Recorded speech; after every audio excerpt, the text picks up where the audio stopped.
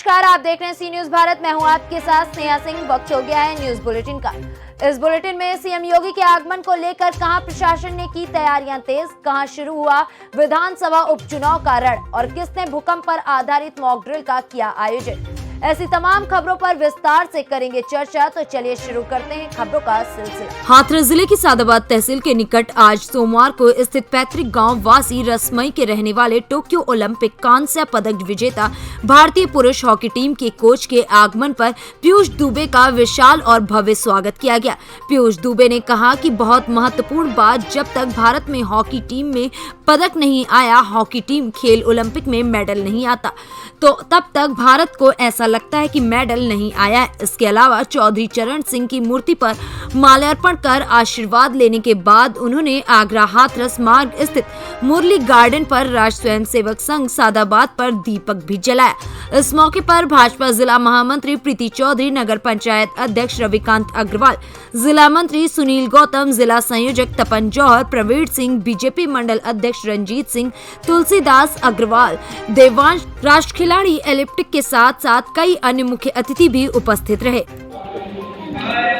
ये कारण तो अनेक हैं इसके, लेकिन मुझे लगता है जो मुख्य कारक रहा वो ये रहा कि इस बार हमारी जो मानसिकता थी और हमारे खिलाड़ियों की जो मानसिकता थी वो केवल ये नहीं थी कि we are going just for the sake of the participation, we went with the mentality to win a medal. तो हमारी जो मानसिकता थी, हम इसी मानसिकता से गए थे कि हम इस बार पदक जीत कर ही रहेंगे। तो कारण तो बहुत सारे हैं, लेकिन ये मुख्य कारण था जो हमें हॉकी में सफलता मिली। जिस संसाधनों के अभाव में इस तरह आपने जिस तरह की कुछ सफलता हासिल करी 41 साल बाद, कैसा लगता है? देखिए, मैं संसाधनों का अभाव तो नहीं कहूँगा। इस देश के यशस्वी प्रधानमंत्री माननीय नरेंद्र मोदी जी ने स्वयं इंटरेस्ट लेते हुए हमें वर्ल्ड क्लास फैसिलिटीज़ उपलब्ध कराई। और लेकिन ये मैं ज़रूर कहूँगा कि बहुत बड़ी तपस्या थी, खासकर इस कोविड के काल में। तो कहीं ना कहीं मानसिक दृढ़ता वहाँ काम आई। अच्छा, आज के लिए जैसे हॉकी की जो बढ़ावा देने के लिए क्या मांग है? देखिए, हॉकी को बढ़ावा देने के लिए सरकार ने बहुत सारे कदम उठाए हैं। इसमें खेलो इंडिया है और जो हॉकी इंडिया है उसके डॉक्टर नरेंद्र गुप्ता जी भी हैं, जो कि इस समय FIH के भी प्रेसिडेंट हैं और वो इंडियन ओलंपिक एसोसिएशन के भी हैं। तो एक तरीके से सम्मिलित प्रयास है भारतीय खेल प्राधिकरण का, क्योंकि उसका इंफ्रास्ट्रक्चर वो एक्सपेंडिचर सारा एक्सपेंस किया करती है। और खेलो इंडिया एक बहुत ही महत्वाकांक्षी योजना है जो माननीय नरेंद्र मोदी जी के दिशा निर्देशन में इसको प्रारंभ किया गया है। तो मुझे लगता है खेलों का भविष्य भी। हाथरस से सी न्यूज संवाददाता प्रशांत अग्रवाल की रिपोर्ट। इमारत शरिया एक प्राचीन संस्था है जो शह वर्षों से देश की और राष्ट्र की सेवा कर रही है, लेकिन आमिर शरीयत हजरत मौलाना मोहम्मद वली रहमानी जैसे प्रतिभाशाली व्यक्ति के निधन के बाद से कुछ लोग द्वारा इमारत शरिया के मजबूत संगठन मधाचे को खोखला करने की साजिश रची जा रही है, जिसमें निम्नलिखित बिंदु महत्वपूर्ण है। आमिर शरिया शामीन के चुनाव का मामला, जिसके अनुसार डिप्टी आमिर शरियत मौलाना मोहम्मद शामशाद का मी का कार्यकाल 3 जुलाई 2019 तक 3 महीने का था, जिससे नए आमिर शरियत को मध्यस्थतों की बैठक बुलाकर नए आमिर का चुनाव करना था। लेकिन बिहार में 5 अप्रैल 2021 को लॉकडाउन का दौर शुरू हो गया और 3 महीने की अवधि को खत्म करते हुए कोरोना महामारी तेजी से फैलने लगी। लेकिन 3-4 लोगों ने अचानक 9 सितंबर 2021 को ऐलान कर दिया कि अमीरे शरीयत का चुनाव 10 अक्टूबर को होगा। डिप्टी अमीरे शरीयत और लोगों को धोखा देने के लिए 3-4 लोगों ने मजलिस से शरीयत और प्रस्तावित उप समिति की बैठक बुलाने और सुनने की घोषणा की, और अगर मजलिस की बैठक इसके बाद की ईशा का आयोजन किया जाता है। वहीं अमीर शरीयत ने कहा कि 9 अक्टूबर को अमीर शरीयत की घोषणा से इनकार किया जाता है। 2021 असंवैधानिक है, हमें राज्य की व्यवस्था और संविधान से कोई लेना देना नहीं है। आइए उन्होंने और क्या क्या कहा सुनते हैं। पटना से सी न्यूज संवाददाता गोपाल प्रसाद सिन्हा की रिपोर्ट।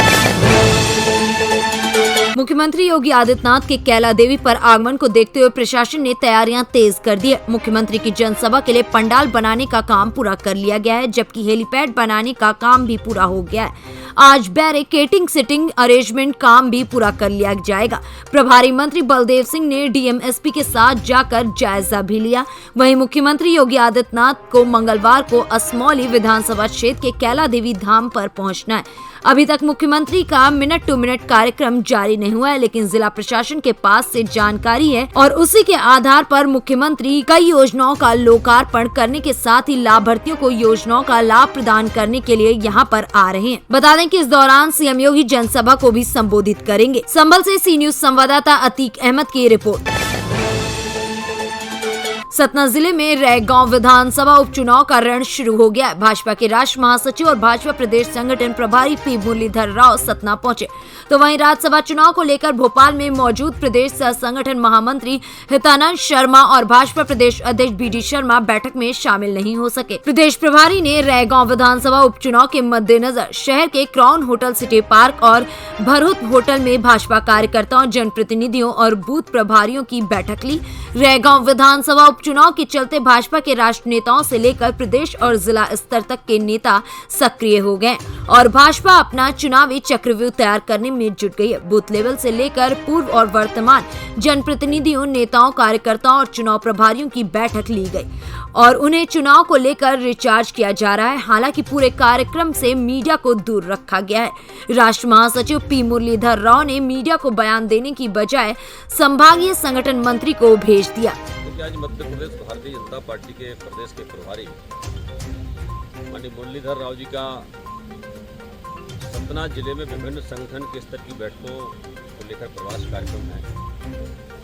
आज हमारी सुबह बैठक हुई थी 11 साढ़े 11 बजे से प्रारंभ हुई। सतना जिले के भारतीय जनता पार्टी के जितने हमारे वरिष्ठ नेता हैं, पूर्व विधायक हैं, पूर्व जिलाध्यक्ष हैं, पूर्व जिला पंचायत के अध्यक्ष हैं, पूर्व बैंक के अध्यक्ष हैं, इस प्रकार की श्रेणी के कार्यकर्ता, जिले के पदाधिकारियों की श्रेणी के कार्यकर्ता, मंडल के पदाधिकारी और रैगांव विधानसभा का जो चुनाव होने वाला है उसकी दृष्टि से जो ग्राम केंद्र की हमारी जो संगठन की रचना है उसके जिम्मेदार पदाधिकारियों की बैठक अभी हमारी संपन्न हुई और बूथ अध्यक्षों की बैठक अभी यहाँ पर हमारे रैगांव विधानसभा में जो बूथ की हमारी रचना है, प्रत्येक बूथ पर जिस प्रकार से भारतीय जनता पार्टी के संगठन ने पिछले 2 महीने में जो रचना बनाई है, जो काम किए, उसकी समीक्षा बैठक आज हमारे माननीय मुरलीधर राव जी जो हमारे प्रदेश के प्रभारी उन्होंने दिए। तो हम लोग लगातार ये प्रयास कर रहे हैं कि भारतीय जनता पार्टी की जो नीतियां हैं, जो हमारे जन कल्याण के हमारे कार्यक्रम हैं, जो हमारे विकास के कार्यक्रम हैं, वो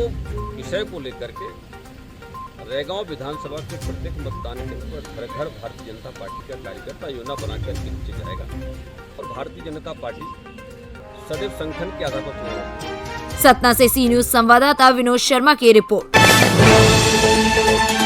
जोगिया क्षेत्र के करौदा मसीना सिद्धार्थ पब्लिक स्कूल पर जिलाधिकारी के क्रम भूकंप पर आधारित मॉक ड्रिल का आयोजन किया गया। इस आयोजन में क्षेत्रीय ग्रामीण और स्कूली बच्चों को एनडीआरएफ की टीम द्वारा भूकंप के दौरान किन किन सावधानियों का ध्यान रखना है और घरों में फंसे लोगों को कैसे बाहर निकालना है समेत आदि चीजों को प्रशिक्षण जैसी जानकारी दी गई। अगर घरों में लोग फंसे हैं, चारों तरफ से रास्ते बंद नजर आए तो दीवार को काटने और घरों में घुसकर कैसे निकाला जाए, इस बारे में पूरी जानकारी भी दी गई। जिलाधिकारी दीपक मीणा ने कहा कि पिछले 2.5 महीने से एनडीआरएफ टीम जनपद में काम कर रही है और लोगों को आयोजित कार्यक्रम के माध्यम से जागरूक भी कर रही है, जिससे बच्चे युवा ऐसी परिस्थिति में धैर्य रखते हुए खुद को और लोगों को भी बचा सके। इस मौके पर NDRF inspector DP Chandra, NDRF sub inspector Vikram Singh आदि लोग मौजूद रहे। जिला आता है जनरली 5 मतलब हाईएस्ट कैटेगरी सीस्मिक 5 जोन है, तो ये सीवियरली मॉडरेट कैटेगरी में आता है और हमेशा यहाँ भूकंप के झटके आने के हमेशा चांसेस हैं। तो उस संबंध में यहाँ पे मॉक ड्रिल करवाई गई है आज, काफ़ी मेगा मॉक ड्रिल, और बच्चों को भी उसमें इन्वॉल्व किया गया है। बच्चों को अवेयर किया गया है कि कभी भी इस टाइप की कुछ भी डिज़ास्टर आता है तो अपने खुद के प्रिकॉशंस कैसे लेने, और एनडीआरएफ ने अपने भी डिस्प्ले किए हैं कि हाउ दे रेस्क्यू, कैसे वो रेस्क्यू करते हैं, कैसे सर्च ऑपरेशंस करते हैं।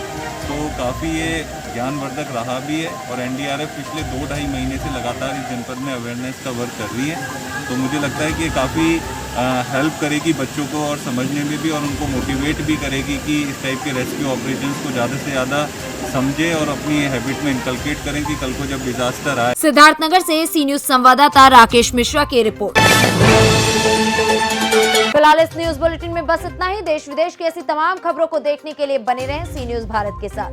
हर खबर आपके साथ, आपके हाथ।